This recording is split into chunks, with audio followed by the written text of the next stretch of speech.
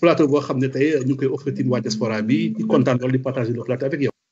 Pape Massata Diack de goney Dakar la fi laa juddoo na juróom fukki at ci ginnaaw Dakar laa juddoo fa laa màggee fa laa yaroo fa laa jàngee ba am baccalauréat dem jàngi France ba ma jógee France ma dem tàmbali jàng États-Unis ci San Diego ñëwaat liggéey ca Londres ak Zurich foofu laa jàngee métier bi muy def nii muy consultant marketing defoon ko ci benn agence bu mag bu tudd ISL marketing AG nekk booru Zurich moo doon agent wu CIO di agent wu FIFA di agent wu IAAF di agent wu fédération internationale de basketball liggéey naa ci pays africain yu bari fukki dëkk ak juróom-ñeent yoo xam ne liggéey naa fa waaye tukki naa ci yu bari ci biir Afrique waaye sama liggéey tamit yóbbu na ma ay Qatar def naa fa coupe du monde junior 1995 defaat ko 99 Nigeria coupe du monde FIFA Coca-Cola pour équipe junior yi tamit liggéey ci tennis liggéey ci escrime ci judo ak sport yu bari yoo xam ne jaay naa leen même lamba ji nekkoon naa agent marketing bu fédération sénégalaise de football fii Sénégal nekkoon naa agent marketing bu fédération nigérienne de football nekkoon naa tamit agent marketing bu fédération sud-africaine de football ak fédération togolaise ba may jeexal sama carrière nag tuuti yegg naa ci nekk agent bu CNG bu lutte maa doon indi sponsor yi ci tournoi CEDEAO ak ñoo créé woon CLAF bi ak Gaston Meng di ci liggéey indi ay sponsor au niveau de la lutte traditionnelle sans frappe. loolu sama parcours 2015 nag laa arrêté samay activité ba ñu tuumaale ci fédération internationale d'athlétisme bu IAAF bi Lamine Diack jiite woon ci la samay activité waaye ba léegi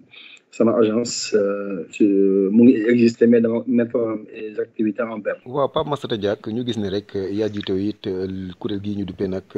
PAMODSI sport consulting mu nekk nag kuréel bu mag di yëngu nag ba tey rek ci wàllu tàggat yaram PAMODSI sport consulting est-ce que mën nga ñu xamal yan jéego lañu jot a samp fii ci réewu Afrique yi bañ ko sosee ba léegi. ci réewu Afrique yi PAMODSI maa ngi ko créé Afrique du Sud. Afrique du Sud nekk na donc conseiller marketing bu ministère des sports sud-africain maa fi indi Jeux africains en 1999 Johannesburg maa fi indi tamit le premier meeting Grand Prix Super IAAF Super Grand Prix 1995 bu président Primo Nebiolo de Contura joxe woon à l'époque donc def naa benn meeting bu mag ak Sergei Bubka Irina Privalova Frankie Fredericks ak Linfo Christie maa lancé tamit meetingu Nairobi Kenya ak benn société bu tudd Indian Petroleum ak meetingu Dakar maa ko doon sponsorisé mais au niveau de la Confédération africaine d'athlétisme amoon nañu benn programme de 1990 à 1995 bu tuddoon Mobile Pan-African Athletics Project indi nañu presque 8 milliards de francs CFA ci ay championnats d'Afrique ay Jeux africains ak ay meetings yu bari yu amoon ci égide confédération bi pour fàttali rek nit ñi ne Confédération africaine d'athlétisme Lamine Diack moo ko jiite woon diggante 1973 ba 2003 ci la bàyyi présidence boobu donc mës naa liggéey ak moom dans l'athlétisme waaye depuis 1996 dama spécialisé wu ci football donc football mu nekk sama activité ba 2007 ci commission bi nga xam ne moo nekkoon marketing ca Pékin te lañ ma woo waa IAAF ne ma dañu bëgg nga ñëw xelal ñu ci naka la ñu mën a amee sponsor yu du sponsor japonais ndax jamono jooj IAAF ay sponsor japonais rek lañ amoon ndax seen agence bi leen yore seen marketing mu ngi tudd Dentsu nekk benn agence japonaise boo xam ne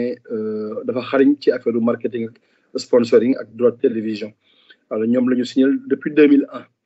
contrairement li tubaab bi di wax ci seen enquête naan sama papa dafa jël fonction rek ma ñëw jege si IAAF dañuy wax lu leen neex man à partir de 96 ba ma defee Coupe d'Afrique des Nations Afrique du Sud dama spécialisé wu ci football ba moom lañ ma ñëpp xamee sax alors diggante boobu jàppale naa Togo jàppale naa Nigéria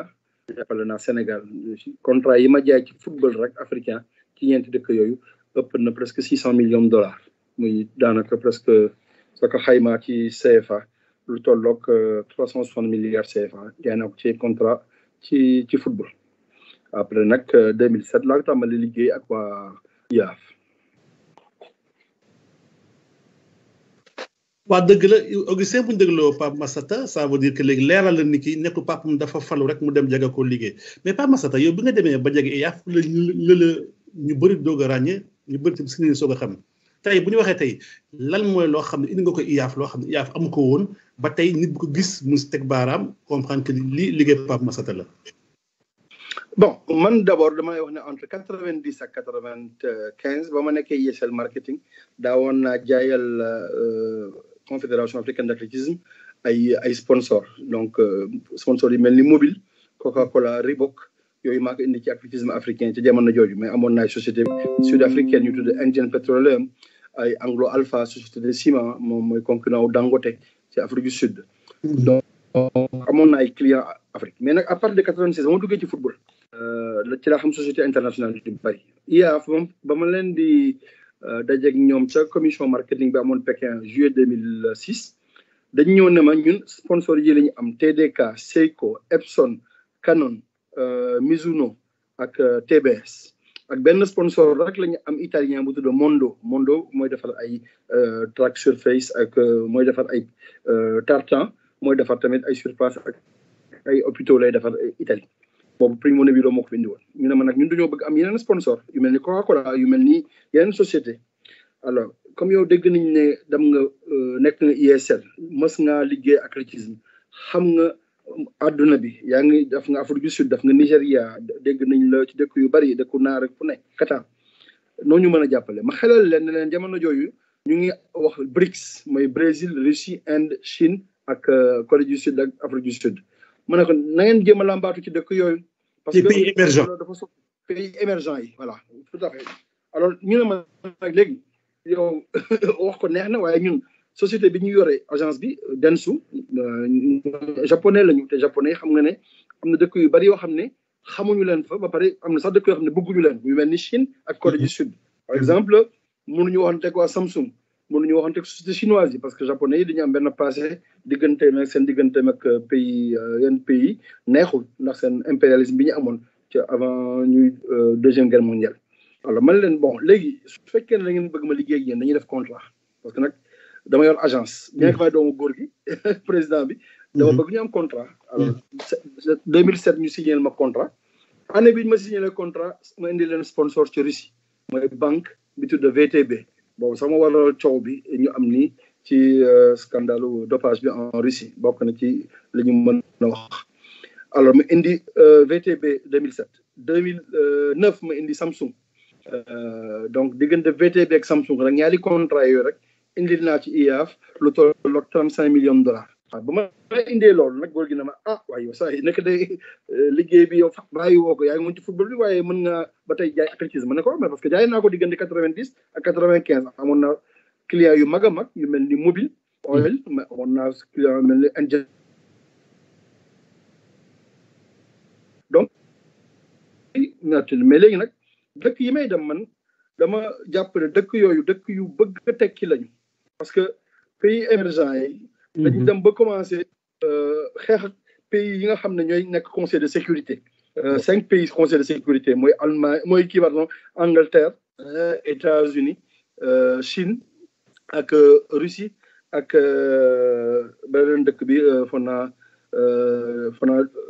dëkk yooyu ñooy nekk ci conseil de sécurité bi alors bëgg nañu tekki man leen na kon nag nañ dem foofu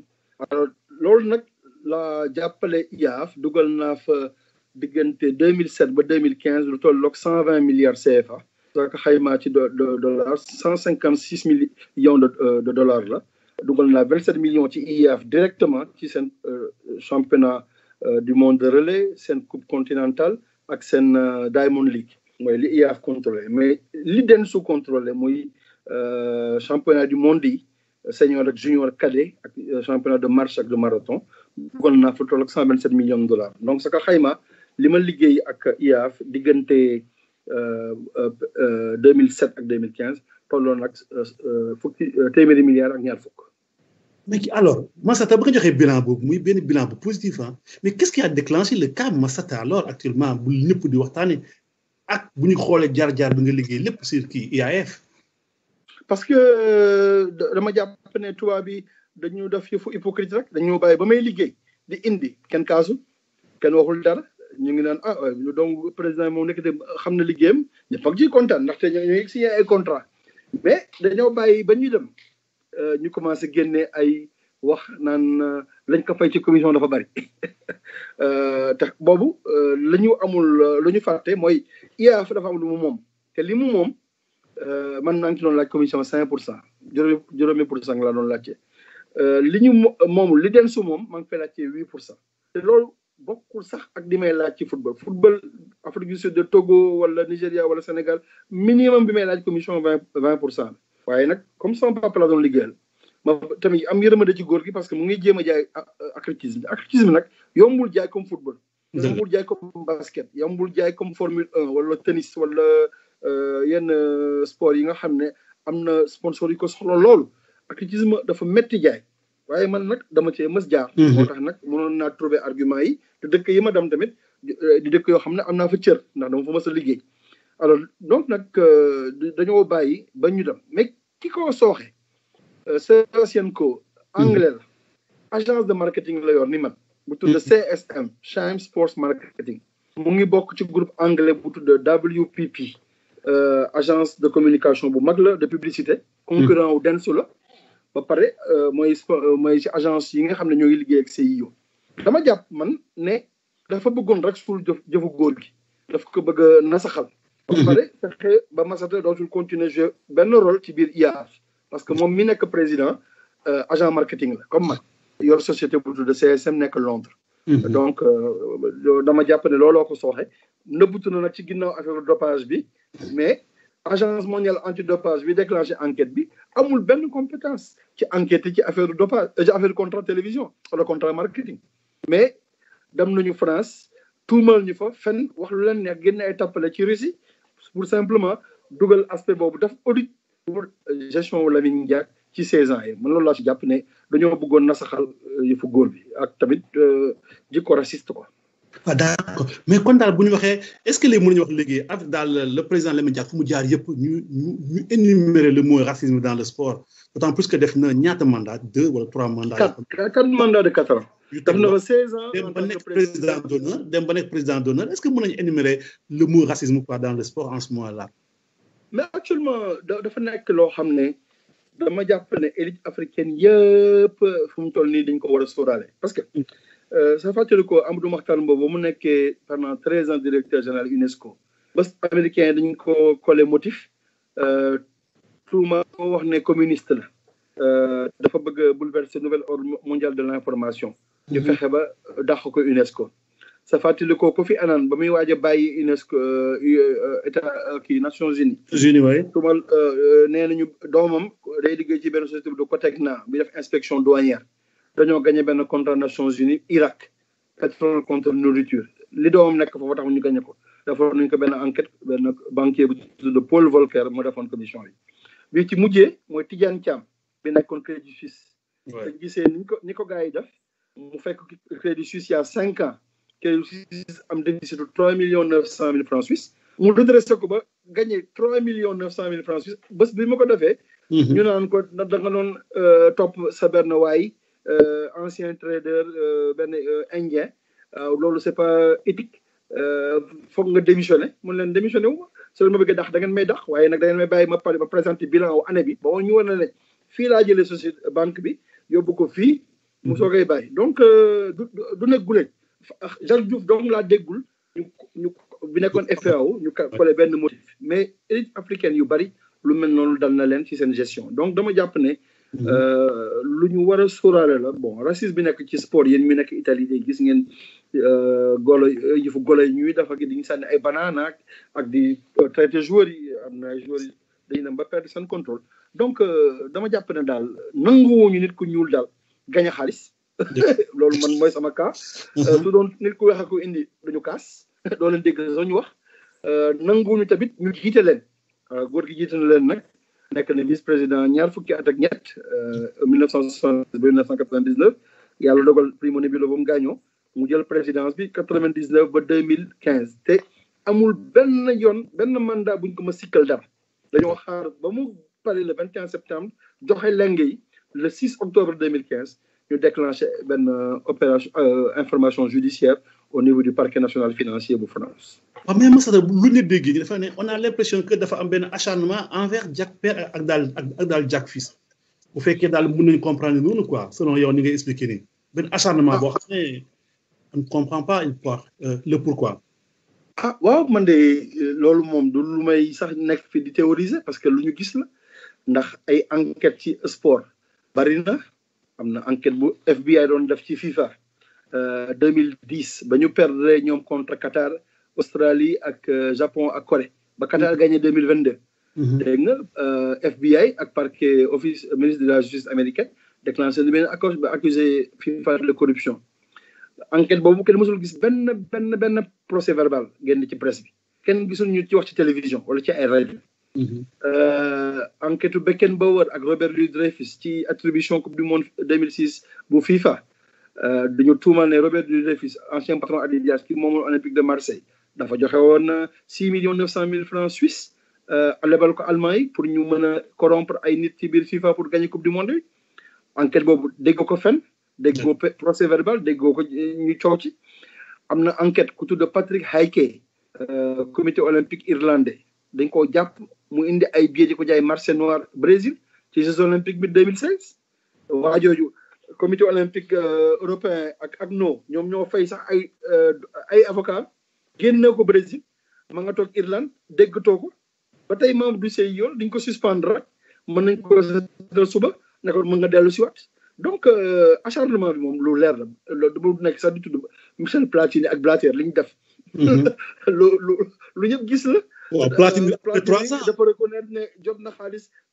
ci de Blatter 2,1 millions francs suisses. yoo xam ne amul contrat amul facture amul contrat mais fay nañ ko. donc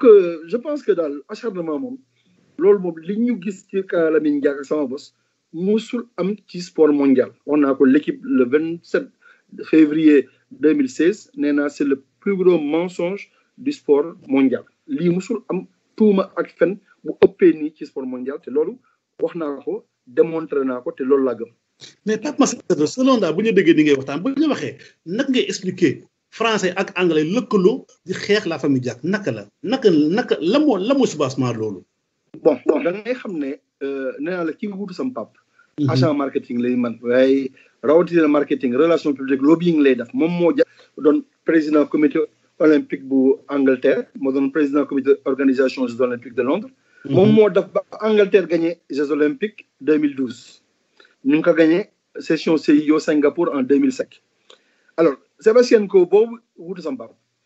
dafa am benn conseiller stratégique communication bu tudd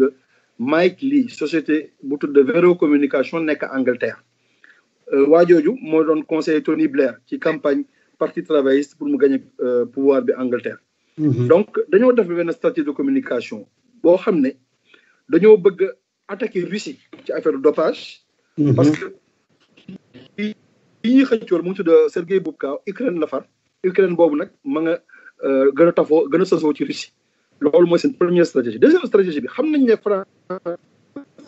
dafa soxla Jeux olympiques. France bëggoon na ko 92 contre France bëggoon na 2004 contre Athènes perte. France bëggoon na ko 2012 contre Londres perte. France bëggoon na ko ci Jeux olympiques contre 2018 contre Pyeongchang ak Annecy perte. France perte na juróomi yoon candidature Jeux olympiques.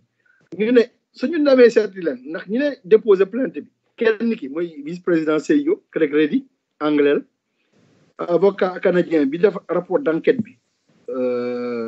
Richard Pound membre du CIO la mooy moom moo gën a yàgg ci membre du CIO yi 1978 la fa dugg Sébastien Coe xam nañ ne bés bu nekkee président IAAF dana nekk membre du CIO kon dana leen mën a jàppale pour que ñu jot ci Jeux olympiques yi donc intérêt France ak Angleterre loolu yàgg na ñoo bokk Union européenne mais tamit ñoo bokk li ñu naan le G5 ñoo bokk nekk ndoo conseil de sécurité ñoom ñooy xàccandoo ñooy dóorandoo te gisee guerre Libye bi bañ koy déclenché Sarkozy ak Cameroun ñoo ko déclenché donc ñoom seen ay intérêt suñu waree xeex dara te jamono jooju am na leneen lu ci lëkkaloo dañu bëgg xeex Russie parce que boobu affaire Ukraine bi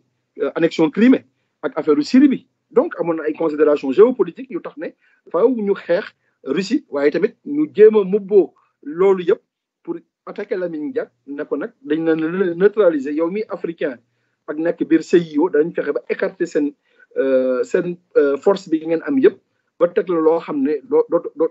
dootoo ñu tal loolu la nag laa jàpp ne moo tax anglais ak français yi lëkkaloo pour déclencher affaire bi. wax dëgg Massata waaw léegi xam naa ñu xuus toujours suñu émission Augustin xam naa foofu si cabine technique bi dafa am tuuti problème de son ñu avancé toujours daal suñuy waxtaan Massata ñu dem dégg ni verdict bi daanu na président Lamine Diack dañ ko daan ñeenti at yow ñu daan la juróomi at ak daal koppar yu ñu laaj ban jugement nga am si daan boobu ngeen def yow wax sa kilifa sa papa. waaw man de jugement boobu ba ma ko déggee dama jàpp ne liñ naan logique la seen conséquence liñ doon topp ak liñ doon def ci juróomi at yi la ñu topp ba tey parce que ki yóbbu enquête bi li may njëkk a wax ki yóbbu enquête bi te looloo tax ma refuser comparaître devant la justice française Richard William Pam ba muy def commission d'enquête mosul déglu Lamine Diack mosuma déglu Habib Cissé mosul déglu Gabriel Dollé n'empêche dam na dénoncé ñu ca parquet financier bi le 4 août rapport am mu ngi génn le 9 novembre te rapport am ay fen yi neen la am na juróom-ñeenti fen yu ma ci wane ci rapport bi ba may def sama point ak commission rogatoire internationale donc décision bi ñu jël nii ñoom seen suite logique wu seen acharnement la waaye première instance la parce que jàpp naa ne suñu demee d'appel man kenn atteeguma ba ñuy attee juin sama ay avocat maître Moussa Sarr nekku fa Ali Fall nekku fa sama avocat français yi ma jël ba ñu mën joxee dossier pénal bi le 3 juin juróomi fan lañ ma may pour ma lire ñeenti junni page ak juróom benn téeméer ci dossier bi moo tax samay note embauché ay avocat français ñaari ñu nekk foofu ñu demal ma ca procès ba ndax Covid bee tax mënuñu woon ñëw kon nag pour man décision bi amul solo parce que li am solo mooy fi nga xam ne samay avocat danañ teew muy cour d'appel bi man ma concernant Lamine Diack nag décision biñ ko jox amul benn logique parce que lañ doon gëstu gisuñu ko transfertu xaalis virement 1,5 million euros gisuñu ko amul benn banque bu leen ko wat gisuñu benn xaalis bu benn athlète russe joxe xamuñu kuñ ko jox entraîneur bi wax ne moom lañ ko jox kooku kenn auditionné wu ko kenn dégluwu ko kenn indiwu ko ñëwul France yónnee wu sax avocat mu tudd Alexei Melnikov donc nag damay jàpp ne français yi bon dañu bëgg def lu leen neex mais xam nañ ne première instance xam nañ ne d'appel dana am waaye nag su d'appel amee incha allah te yàlla dimbali ba samay avocat yi nekk Sénégal Ali Fall ak Moussa Sarr teew foofu mën naa fa am dëgg. waaw dëgg la kon fu mu nekk daal et puis ñu fàttali ko que le 24 septembre bi passé le président Lamine Diack dafa retourner encore devant les juges à Paris te yow tamit bon pour ne pas ñu egg foofu mun ñu fa bañ a da nga déplorer aussi sa papa bu ñu ko convoqué ba mu ñëw non bu ñu ko invité ba mu ñëw le dimanche gars yi dañ ko téye ba pare doo ko juger rapidement le mardi c'est-à-dire temps bi dafa gàtt lool ba nga xam ne dafa mel ni jox ñu ko cëram jox ñu ko ormam ay consort ban lecture ngeen daal si invitation bi jàpp bi invité ko ab daal juger ko rapidement le mardi. li ma mën a wax ci enquête pénale française bi mooy li njëkk dañu violer présomption d'innocence mooy dañ jàpp ne li ñuy toppee ñoo ko def pour ñoom enquête duñu sax ndax diggante moment bi ñu indee plainte bi le 4 août 2015 ak moment bi ñu ubbi information judiciaire le 6 octobre 2015 juróom fukki fan la affaire judiciaire boo mënti gis Platini enquête nañ ko ñetti at avant de mettre en garde à vue Bernard Laporte seen président fédération rugby boobu ñu mettre en examen temps yi passé garde à vue enquête nañ ko depuis 2017 affaire Lamine Diack juróom fukki fan lañ ko enquête comité olympique français de Denis Masséglia moo invité Lamine Diack pour benn séminaire mu ñëw séminaire bi di lundi ci ngoon ci 14h dimanche ba mu yeggee aéroport Paris ñu jàpp ko yóbbu ko Nanterre téye ko 36 heures mardi bi ci topp ñu def ko garde à vue inculpé ko mettre en examen donc xam nga loolu enquête ñu donc kenn mënu fa ne enquête ñu ndax mosuñu ñëw Sénégal mosuñu dem Qatar mosuñu dem Japon mosuñu dem Singapour mosuñu dem Chine mosuñu dem Russie naan dañ koy mettre en examen donc lii enquête bi jaay doon donc dañu manqué impartialité dañoo féete ba pare dañ koo jàpp di wuti ay preuves donc loolu moom dama koy déplorer donc day wane ne mais carrément violation de droit humain la de défense la man waxi noppi mosuñu ma dégg benn waaye ne leen doomu président bi day dafa mel ni day ñëw Moscou souvent jox nañ ko xaalis dégg ko rek de mënoon nañ jël avion wàcc Dakar am na magistrat français bu nekk fii ci biir ambassade bi. mu dem ci Lansana Diaby Sy bi ci parquet bi seeti ko ne ko ñun dañoo benn affaire bu concerné benn sénégalais ak Sénégal bu am tur ak papam dañ ko bëgg a gëstu est-ce que doon nañ ko auditionné ñu procureur de la République woolu ma wala doyen des juges ñu déglu ma ñu jël enquête boobu yóbbuwaat France ne wax nañ ñu lii de waaye dam nañ Sénégal wax nañ ñu lii ñun tamit kon nañu fexe ba am confrontation defuñu ko donc nag damay wane ne carrément lii moom du enquête lan la xaw ma persécution la xaw ma inquisition xaw ma mënal xaw ma nu ñu koy wooye waaye du lenn lu justice parce que justice moom li koy symboliser ab balance la mooy kii atte day nekk diggante kii nga xam ne moo jiiñ ak ki nga xam ne moom lañ ji mais day déglu ñaar ñëpp donc enquête bi amul sa contradiction ñu déposé ko parquet financier rek mu jël déclenché benn information judiciaire au bout de 50 jours donc nag jàpp naa ne affaire bi moom daful lenn luy aw yoon amu ko mais nag bu ñu xoolee bi daal dañoo jox benn mandat d'arrêt international mais nag on a vu que le Sénégal a refusé de vous extrader comme daal le réclamait la justice française yow loolu ban jàngat nga si am fu mu nekk noonu Sénégal mu def yoon la lan moo tax te mu doxalee noonu. lan moo tax parce que loolu lay yoon. benn droit international amul benn dëkk buy livrer citoyen sa accusé citoyen jàmbur da ngay ñëw déposer commission rogatoire. yow dafa enquête ci dëkk bi loolu moo mën a nekk mais munoo wax ne dañu extrader jàmbur loolu munul amul benn dëkk loolu mooy premier principe ñaareel. dafa am benn convention judiciaire bu am entre France ak Sénégal bu ñu signé d'entraide judiciaire 29 mars 1974 article 30 bi ba ñu ministre de la justice bi bindee Sénégal Jean-Jacques Urvoa mu ngi ko bind le 21 mai 2016 dafa bind Sidiki Kaba moom ministre de la justice le 25 juillet 2016 Sidiki Kaba daf ko tontu ne ko dégg naa li nga wax affaire bi dégg nañ ko fu ne donc lu concerne ñaari Sénégalais la dañoo bëggoon ñun Sénégal ubbi nañu information judiciaire depuis février 2016 dañoo bëgg nga yónnee ñu document bi dossier bi enquête suñu doomu réew fii lañ ko mën a àtte parce que moom sénégalais la fii la dëkkul France contrairement li ñuy wax naan dama daw dëkkuma Monaco aw ma fa compte aw ma fa société aw ma France compte aw ma fa société dëkkuma fa aw ma fa carte de séjour donc amul may wuy ji justice française donc du ma citoyen français justiciable sénégalais la Sidiki Kaba avocat pour un président fédération internationale des droits de l'homme ku xam nañ la ci affaire justice ak yella su tontoo loolu bi collègue am bind juge d'instruction bi Van Ruynbeck ne ko juge Van Ruynbeck Sénégal day exercer souveraineté juridique am kon nag loolu leer na waaye juge bu mu jotee lettre loolu mu daf ko nëbb góor gi dafa jël laax ko ci suuf dugal ko ci dossier bi Lamine Diack toog na juróom-ñeenti weer saa yu ko gisee mu naan ko doo mën a naxanteeg sa doom bi rek ba mu ñëw sama papa ne ko mais loolu du ma ko def man dañ ma këppatal indi ma fi yéen mu fi téye te amu leen benn élément d'enquête kon kan du ma nangu sama doom ñëw fi bu wax ko ba dëgg ba donc nag loolu du ma ko dégg nag naan maa ngi wuy mais donc léegi Massata léegi yow naka ngay expliquer acharnement boo xam ne moom le juge français Van Ruymbeck am daal si yow naka ngay expliquer acharnement bu lu ko waral surtout. parce que anglais ñi enquête ñëpp d'abord. danaa wax complot bi fu mu jógee mu ngi jógee ci employé IAAF bu tudd Sean Wallace Jones avril 2014 la def benn plainte déposé ko commission d'éthique bu IAAF boo xam ne benn avocat anglais moo ko présidé bu tudd Michael Beloff enquêteur bi doon def enquête bi en interne IAAF anglais la avocat bu tudd Anthony Hooper conseiller juridique bu IAAF mu tudd Hugh Roberts anglais la directeur de communication secrétaire général adjoint bu IAAF bu tudd Nick Davis lii ñuy wax ci dopage Russie yàlla xam na ne moo ma ko yëgal ci mois de juillet 2013 benn article moo génn ci presse anglaise bi bu tudd Daily Mail bu mu génnee ñu naan nañ annulé championnat du monde yi Moscou 2013 mu ne ma comme master yaay dem Moscou souvent tey yow say xarit la ñu am nga fa sponsor bu tudd VTB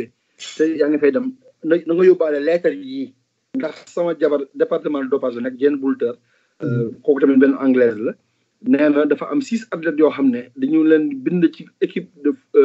athlétisme bu Russie équipe nationale te dañu war ñoo bokk ndax dañu leen suspecté dopage dañu leen war a sanctionné noonu laa ko xamee donc tey ñi indi coow bi ñoom ñëpp dañoo def benn complot pour jéem a taxal parce que boobu ñu ngi seet nu ñu jekkoo place góor gi nekk président IAAF nee na la ki ko wuutu le 18 août 2015 ca la bi am ca Pékin ñu war a tànn entre Sergei Bubka ak moom te ñu bari ñàpp ne góor gi Sergei Bubka lay jàppale parce que mu nekk moom commission exécutive CIO ba pare nekk athlète boo xam ne am na image internationale bu baax anglais yi kenn xamu leen ci lu baax maa ngi jéggalu ci wax ji ñu leen di woowee la perfide albion mooy nit ñu sew ak kàccoor fu ñu mës nekk rek ay ak musiba moo fa moo fa judd muy ànd ak Pakistan muy Afrique du Sud muy États-Unis donc nag dama jàpp ne acharnement bi Van Ruylenburg def parce que moom ak anglais yi loolu la ñu bëggoon def fallait que ñu rattaché taxal motif Lamine Diack te suñ la bëggee gaañ fi ñuy jaar fi la gën a jege. man maa fa nekkoon conseiller marketing bu IAAF di liggéey ak sama pap kon nag ñu ne nañ jaar ci doom ji parce que mooy dem Russie moo indi sponsor Russie bi moo fay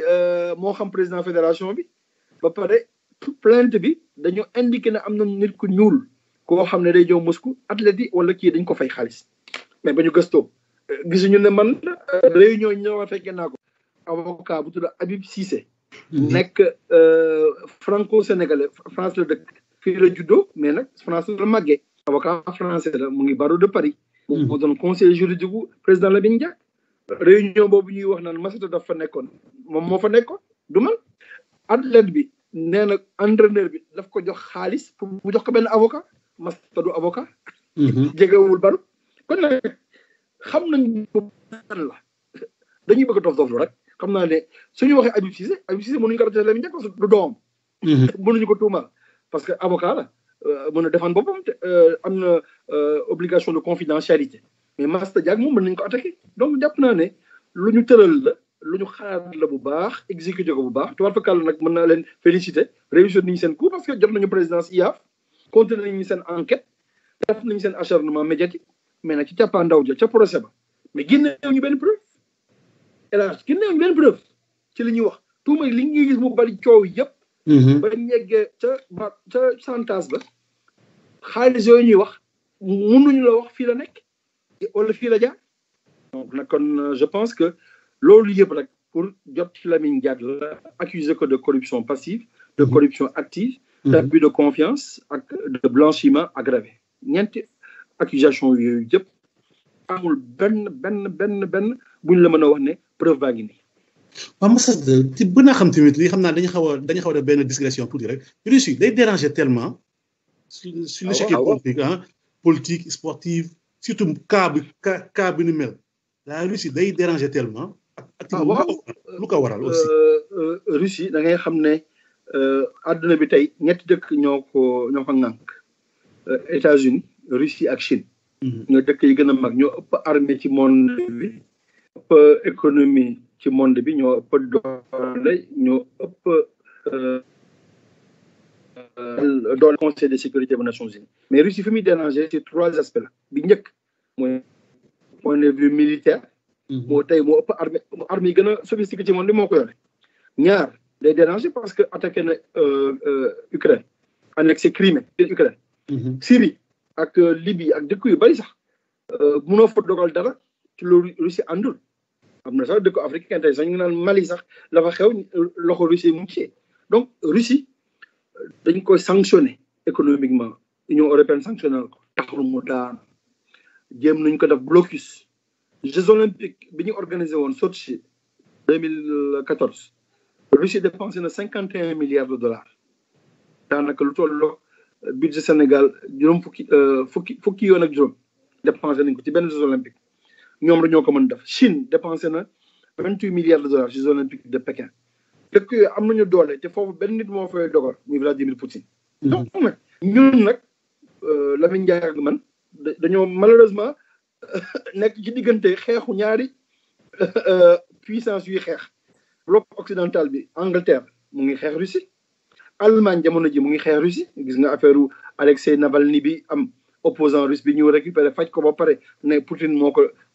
ko kii donc seen tuuma ci Russie moom du mës doppeeku am na ay espion anglais yu ñu jàppoon yu ñu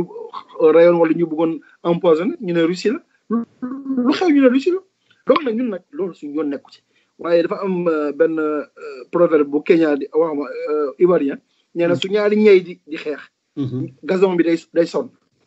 ñun ñooy gazon bi ndaxte ñun dëkk bu ndaw lañu Sénégal bokkul ci géopolitique mondiale ñu nekk nañu jaaree ci ñii pour dal ci Russie parce que Poutine dafa nekk kaani xeeñ boo xam ne ku ko attaqué day defante ak yow mu sap ñu nag kon nag mënuñu ko attaqué de front nañ jaar ci ñi pour attaqué ko nekk sa dëkk dafa am bari ay athlètes yuy doppe waaye Angleterre am na athlètes yuy doppe Jamaïque am na athlètes yuy doppe États-Unis ba su nañu jàpp fa ay athlètes yuy doppe Espagne am na benn cas bu amoon docteur Emmanuel Fuentes 200 cas de dopage loolu mosoo dégg fu ñu dàqee Espagne Belgique France ak Espagne tey ñu ngi bokk ci dëkk yi gën a ëpp dopage ci monde bi mosoo fa dégg scandale mosoo fa dégg enquête bu ama donc nag dama jàpp ne Russie ñuy xeex jaaree ko ci ñun. jaaree ko ci yéen mais aussi Massata xam nga la moo jaaxal aussi Russie muy dëkk bu am pouvoir am doole yow na nga def ba intégré dëkk boobu ba am fa daal ay rapports yoo xam ne dem ba fay am ay marché yu am doole yooyu noo duggee si commission marketing bi nekk États-Unis bi nekk fële IAAF ñi ko composé Sébastien Coe bi buutu sam pap fala bokkoon moom lord la donc mu ngi bokk ci noblesse anglaise bi Chambers of Lords mu nga foofu nekkoon na président comité d'organisation bu Londres 2012 donc ku am doole la te groupe bu mu nekk groupe WP bi groupe bu mag la mais am na Junki Park am na ku fa nekk ku dëkk nekk Corée kooku mu ngi bokk benn général coréen la boo xam ne mu ngi bokk ci commission bilatérale États-Unis Corée du Sud commission militaire bi nga xam ne mooy yor saytu accord militaire yi nekk yi ci biir commission bi am na fa ku tudd Minos Kyriakou armateur grec la bokk na ci ñu am ëpp alal ci àdduna bi alalam ëpp moo ko yom Berlusconi ëpp na 19 milliards de dollars mais ci biir commission bi am na ci membre du conseil d'administration bu Nokia ak bu Maersk Line am na benn waaye bu tudd Valentin Barachnechev ba ma ñëwee ci commission bi ba joxe sama avis ne leen nañ dem ci pays émergents yi daf ma ne mais Massata man maay vice ministre des sports sama dëkk maay président fédération d'athlétisme su fekkee ne nang ma ñëw sama dëkk danaa la yóbbu présenter la agence de marketing bi gën a mag foofu ci affaire sport waaye naa la présenter ay sociétés yu mag parce que at boobu ñoom organiser nañu championnat du monde indoor mu ne ma naa la invité benn séminaire bu ñuy def mois d'octobre boobu juillet la ñu nekk Pékin ma ne ko baax na ma wax waa densu ne ma sa bëggee ñu jox la mandat exclusivement pour Russie ak pour catégorie bancaire ma dem seeti Valentin boobu mooy vice ministre des sports donc vice ministre des sports pour Russie xam nga ne pays bu dëkk boo xam ne état lay contrôler lépp banque boobu ñu sponsorisé banque d'état moom en tant que vice ministre des sports am na accès ci banque d'état mais mooy président fédération ba pare il y trouve son compte lu ñu gagné foofu am na fa 15% pour fédération pour développer athlétisme foofu donc nag Massata man jaay contrat mooy sama métier jaay naa nee naa la athlétisme diggante 90 ak 95 jaay naa diggante 95 ba 2006 maa ngi jaay football dëgg la xam-xamu jaay contrat sponsoring man ci loolu sama alluwa mokk donc nag loolu rek la appliqué ba ma defee dal Russie ba mu réussir même waa IAAF gëmuñu ko woon sponsor bancaire bi nekkoon Monaco tudd compagnie monégasque de banque ay italiens ñoo ko yor ñu ngi doon fay IAAF 375 000 euros par an pour nekk sponsor IAAF ak catégorie bancaire contrat bi ma jëlee Russie 5 millions de dollars la par année presque 4 millions 500 000 euros waaw multiplié alors kon nag gars yi ne kon Massata yow li nga waxoon dëgg la ma pare ma Samsung yoo xam nga Samsung dëgg la Samsung société bu mag la mooy presque 26% économie kii budget Samsung si defar Samsung mët na téeméeri yoon budget Sénégal madame seedi Samsung président Samsung membre du CIO xam na affaire sport sponsor CIO la sponsor fédération yu bari la ba mu ñëwee seet si ko mun na mais danaa jàppale athlétisme parce que mooy premier sport olympique te man CIO laa bokk donc nag daf ma ludul étudier samay cible ñi may dem di jaay damay leen di gëstu ba pare. seet ne soxla nañ ko ndax dañoo soxla publicité. dañoo bëgg tasaare seen ay produits ci monde bi. Samsung sa gisee léegi. mooy numéro 1 mondial ci vente téléphone portable. lan moo ko may day sponsoriser Chelsea. day sponsoriser IAF. day sponsoriser CIO. day sponsoriser ay équipes yu bari. donc nag loolu mooy sama métier man donc nag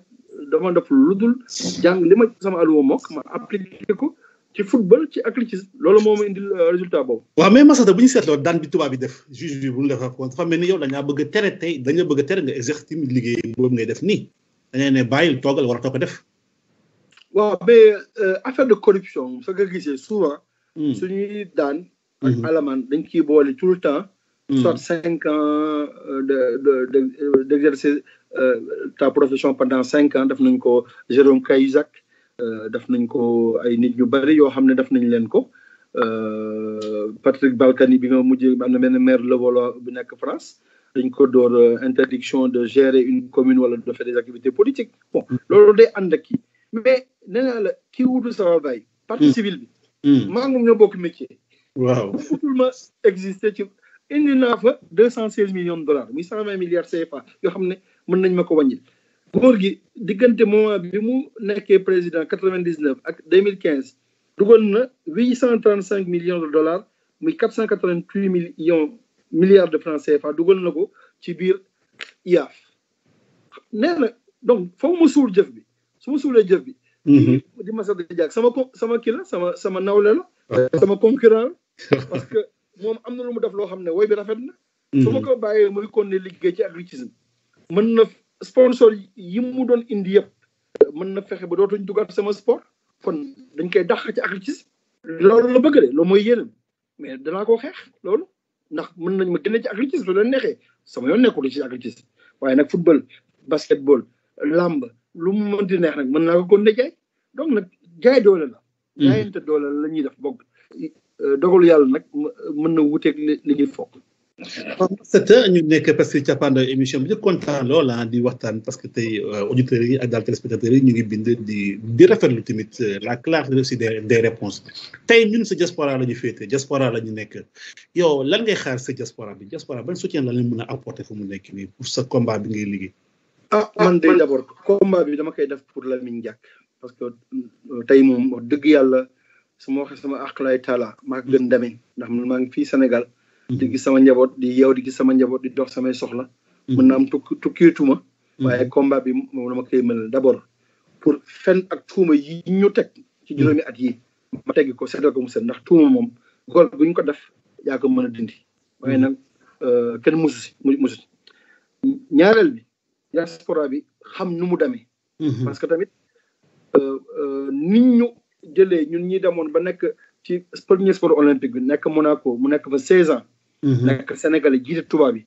su fekkee ne jël nañ ñu comme exemple daf fa jurisprudence. nit ku ñuul bu nekkati ci monde bi di liggéey mën nañ la xoolee loolu. donc nag dama jàpp ne combat bi damay leeral lépp waaye diaspora bi tamit bëgg naa ñoom ñu approprié wu ko jàppale Lamine Diack ci yëngal ay manifestation wax ci rajo yi wax ci presse bi ne lii président Lamine Diack di dund mais c'est du racisme. du racisme rek mais acharnement boo xam ne la amul tur persécution la parce que nag wax dëgg yàlla doomu Afrique la doomu Sénégal la gàcci ngalaama la mu liggéey ci ak sport mondial lu la tege la jiite na leen fukki at ak juróom benn kenn musu koo ŋàññ ci dara ñu yeewu suba teel benn athlète ba ñuy tàmbali sax dañu ne ñaar fukki at ak ñett léegi ñu ngi ci benn donc ay tappale donc nag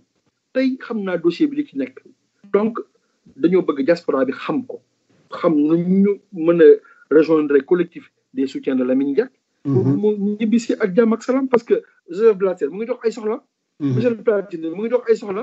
Jérôme Valk condamné nañ ko fan yëpp Suisse moo ko Nasser Al Khelaifi ñu ngi dox seen soxla Tsuné Kazu Takeda président comité olympique japonais ma nga Japon ma ngay dox ay soxla Nasser Al Khelaifi ak Youssef Al Obeli mettre nañ leen en examen inculpé nañ leen France mais ma ngay gérer PSG kon nag Lamine Diack luñ ko mën a yekk tamit tant que processus judiciaire bi jeexul war nañ ko beneen bàyyi mu ñibbi si dëkkam ndax am na ñetti fukki at ak juróom-ñaar donc nag maa ngi ñaan diaspora bi ñu xam ne wax dëgg yàlla liggéeyuñu fa lu ñu xarabe dafuñu fa lu ñu mën a yóbbu kaso loolu moom maa ngi koy wax ca kaw di ko waat ci barke alxuraan karim barke weeru tedd bi liggéeyu fa loo xam ne mën nañ ci xarab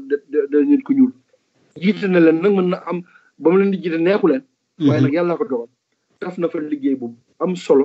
léegi nag bëgg suul jëfam dong moo leen nekk nag donc nag tey combat pour ñun ñëpp la élite africaine yi surtout ñeen ñi nekk ci biir nasaraan yi man maa ngi Sénégal mën naa continuer di jaay Afrique ay contrat ci fédération mën naa bañ tukki dem France wala dem Allemagne wala dem Angleterre aw ma benn soxla si ñoom suñu am soxla si man aw ma soxla si ñoom waaye nag mën naa continuer di liggéey ci waaye nag duñu nangu comme li ñu def Tidiane Thiam ca Suisse daf ko am lu waxtaan boobu sa France ca UNESCO daf ko ca Kofi Annan ba noonu la dee ndeysaan ca Nations Unies bien que indi na prix Nobel de la paix ñu koy def Lamine Diack loolu tax ñuy xeex nag ñu ñaan diaspora bi ñu xamee ko noonu nu ñu ci mën a jàppale ko ndaxte ñi ñuy xeexal ñoo ñu ëpp doole. dëgg la parce que loolu dëgg la léegi moom fu mu nekk nii depuis mbir mi commencé ba léegi yow boo amee loo reproché sa bopp comme da ngay nekk si cappaandaw émission bi lan daal nga mën a reproché sa bopp depuis bi mbir mi tàmbalee ba léegi ba daal jonn bi ñu toll nii lan nga mën a reproché ñetti faute de gestion daal laa jàpp ne mën nañu wax ne faute de gestion la mais du affaire criminelle bi njëkk mooy Lamine Diack assumé na ko wax na ko ci procès bi man maa jël décision sanction yi ñu waroon def ñu étaler ko ci 18 mois pour bañ affecter suñu championnat du monde loolu faute de gestion la mais décision politique la ñaareel ba ma embauché ba ma commencé liggéey ba indi ay résultats mënoon na woowaat kuréelam toog ne leen dañ doon liggéey ak sama doom de ñoo ko demandé woon mu jàppale ñu ci pays émergents yi indeegum na fi lii dama bëgg lépp leer dama bëgg ñu toog waxtaan def résolution conseil bi yëpp d'accord ne Massata lii mu ci gagné ak li mu ci indi résultat yi mu ci am nangul nañ ko luñ ko ci fay yelloo na ko kooku daful demande bi parce que jàpp na ne président bi d'accord na